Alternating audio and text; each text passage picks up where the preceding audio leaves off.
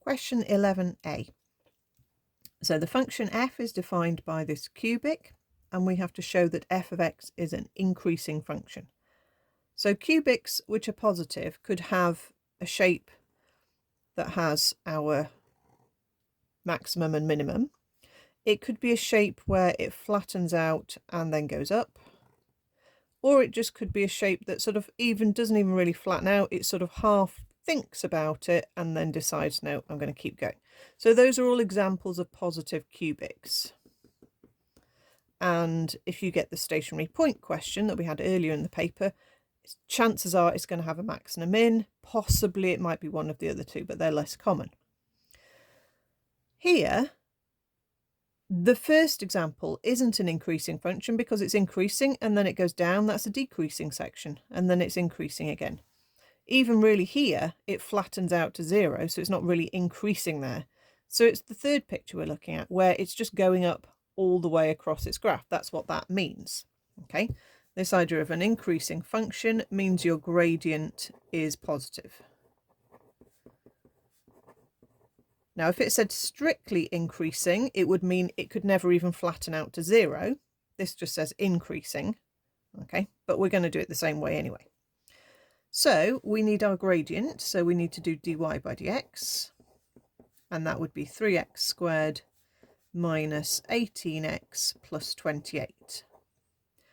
So we've got to show that our gradient is positive. And for a quadratic to show it's positive, the easiest way really is to complete the square. There is a way of doing it with discriminant, which I'll mention at the end, but I prefer using the completing the square. So this quadratic isn't necessarily going to factorise, and even if it does, that's not the method. We're not putting it equal to 0 because we're not looking for stationary points. We're going to show the gradient is always positive by completing the square, and then we'll be able to show that the expression we've got is always positive. So we're going to complete the square. So we've got a 3 there in front of the x squared, which is a problem. So let's remove that. You can't divide through by 3 because you changed the quadratic, but you can take it out of the way, which means you put a 6x.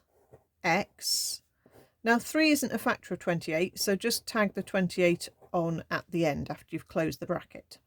So make sure your first step, you've got that correct. Okay, it's quite easy to not alter that 18 and still write an 18 there, but you've taken the factor of 3 out. Then we complete the square with these two terms within this bracket. So you put an inner bracket where we're going to write our square. So it's like when we do completing the square with a circle, and that question, you do half that coefficient, so that would be an x minus 3. That gives you the x squared and the minus 6x, but it also gives you a plus 9 that you didn't want, so you subtract 9. Close that bracket, tag the 28 on at the end, multiply out with the 3. So the 3 sits in front of the squared bracket, and then 3 times negative 9 is negative 27. And then you finally add. So negative 27, add 28, ends up at positive 1, which is what we wanted, something positive there. Because we can then argue that the least value of this, of dy by dx, because remember this is still dy by dx here, we'll put that in again, is a 1, and that happens when your bracket is 0, in other words, i.e. when x is 3. So that's going to be enough to show that dy by dx is always positive. Because its smallest value is 1, it must always be positive. Therefore, our curve or our cubic is always increasing. Okay, it's an increasing function. And that's what we have to do. So if you were going to try and do the discriminant for this, I don't know if that's quite as straightforward. It is certainly possible. You would have your dy by dx, and you're still trying to show that this is positive. If you looked at the discriminant of this and you worked out b squared minus 4ac, so you get negative 18 squared, which is obviously going to go plus, take away 4 times 3 times 28. Let's just work that out because those numbers are quite big. So our 18 squared, we don't need the minus, take away, that would be 12 lots of 28, has gone to negative 12. When it's negative, there are no real roots.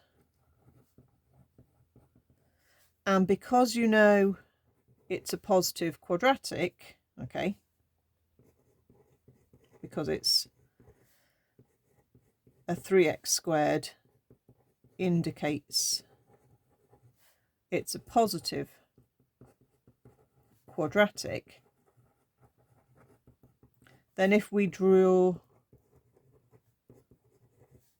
the graph of dy by dx, we're going to get a positive quadratic that doesn't pass through the x-axis.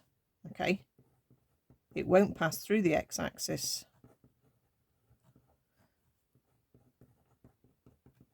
as there are no real roots. Okay, and therefore then you can argue, therefore it is